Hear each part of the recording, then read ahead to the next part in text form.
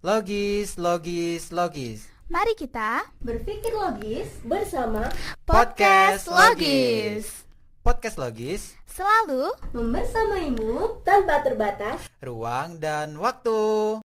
Halo Sobat Logis, selamat datang di episode terbaru kita kali ini.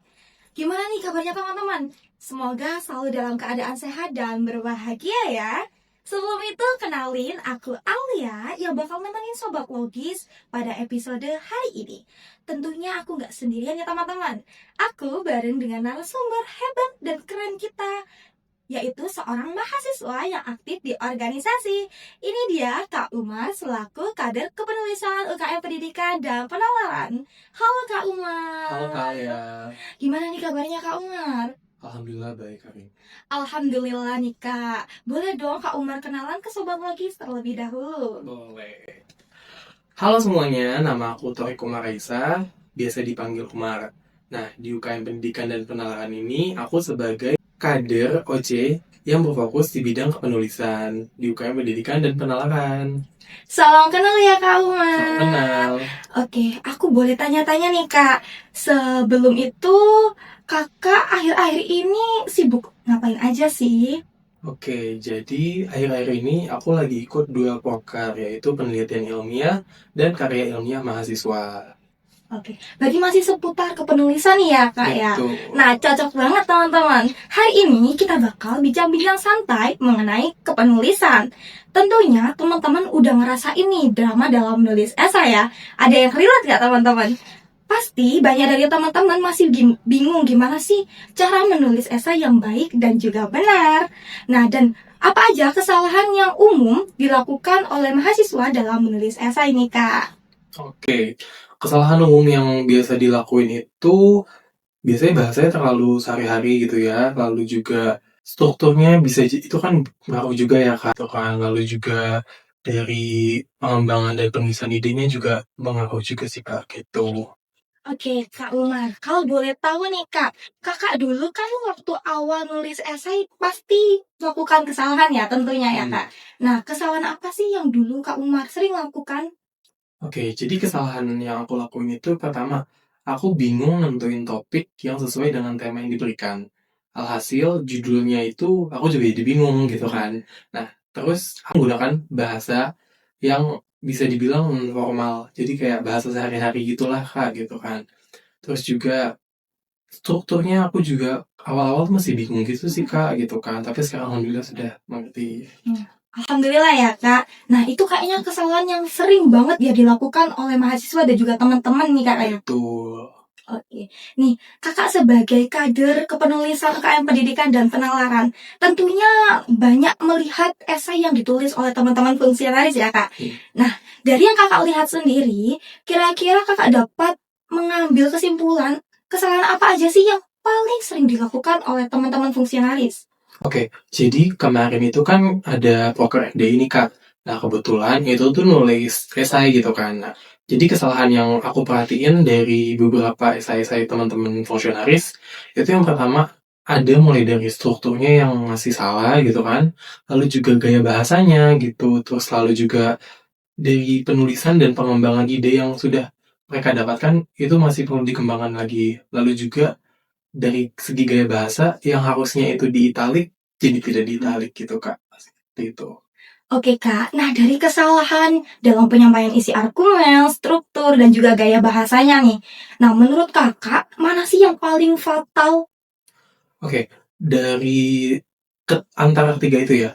Nah, kalau menurutku tiga-tiganya itu bakal ngaruh sih Kak gitu kan. Tapi kalau disuruh milih, aku milih yang paling fatal itu si struktur sama gaya bahasa. Nah, kalau struktur kan gak mungkin dong kita kayak nulisnya itu dari kesimpulan terus tiba-tiba jadi di awal gitu kan. Harusnya kan kesimpulan itu di akhir seperti itu. Lalu kalau misalnya gaya bahasa itu kayak kalau misalnya kita nulis kan kita otomatis baca tulisan kita nih Kak. Kalau misalnya gaya bahasanya kurang atau tidak tepat kan jadi kayak nggak enak gitu kan dibacanya seperti itu. Dan itu akan ngefek ketika kita baca nih. Ini maksudnya apa sih? Kejelasannya, terus keefektifan dari penyampaian penulis terhadap argumen yang diberikannya. Nah, terus kalau misalnya si isi argumen itu Itu juga penting karena kan kalau di esai kita kalau misal berargumen kita perlu pakai data pendukung atau argumen pendukung. Jadi si argumen yang kita tulis itu tidak semena-mena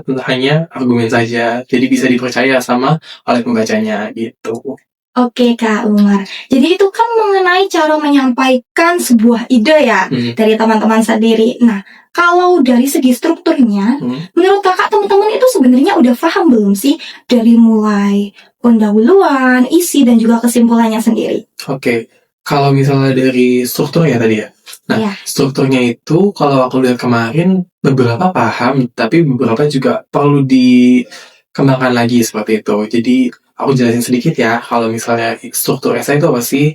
Yang pertama itu ada pembukaan atau pendahuluan. Nah, itu isinya tuh mulai dari latar belakang, lalu ada tujuan, lalu ada rumusan masalah gitu kan. Nah, itu dijelasin tuh di situ. Tujuannya apa, latar belakangnya apa, rumusan masalahnya apa gitu kan. Jadi biar jelas esainya.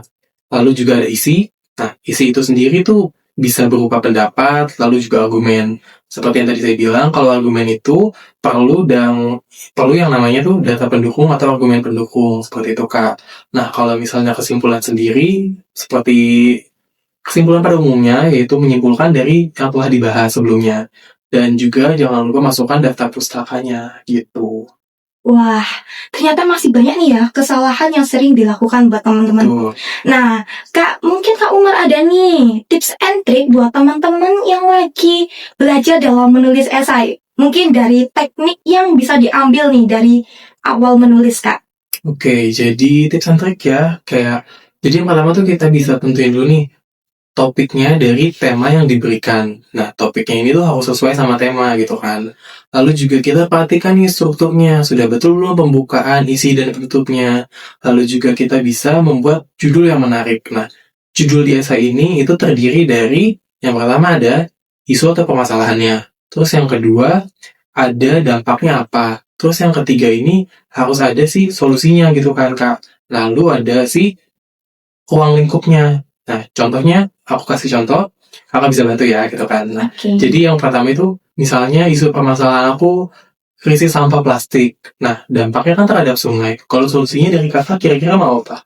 Kalau dari aku kayaknya itu ya Kak, daur ulang. Oh, daur bisa. ulang.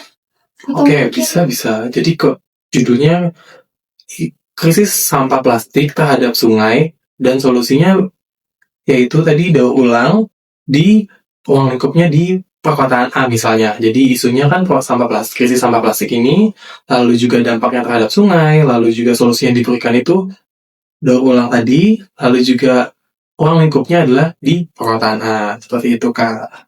Wah, itu bisa jadi tips yang simpel tapi bermanfaat nih buat teman-teman yang lagi struggling dalam menulis esai. Oh ya, Kak, aku mau tanya-tanya nih. Ini kan kita sebagai mahasiswa yang aktif kuliah dan juga berorganisasi, Kak. Oke. Nah, gimana sih cara kita buat tetap konsisten dalam menulis esai? Apalagi di tengah kesibukan yang tengah kita hadapi nih, Kak. Oke, jadi karena kebetulan kan kita ikut organisasi nih Kak. Yang organisasi ini tuh berfokus pada bidang dan mengembangkan skill penulisan ini. Nah, dengan adanya UKM pendidikan dan penelaran ini, aku harap skill yang penulisan kita ini itu akan lebih semakin wow gitu loh Kak gitu. Amin Kak. Nah, nggak kerasa ya teman-teman, ternyata kita udah ada di penghujung acara. Terima kasih untuk sharing hari ini, sangat menarik.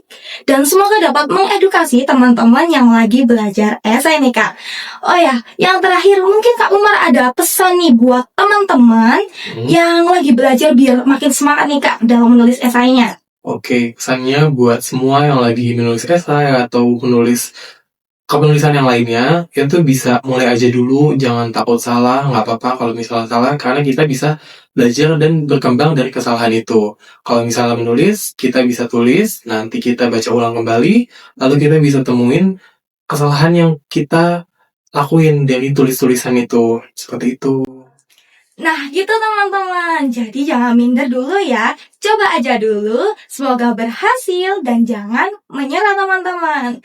Nah, dari podcast hari ini kita bisa ambil kesimpulan bahwasannya masih banyak nih kesalahan-kesalahan yang sering disepelekan, padahal itu cukup krusial nih buat menulis esai teman-teman.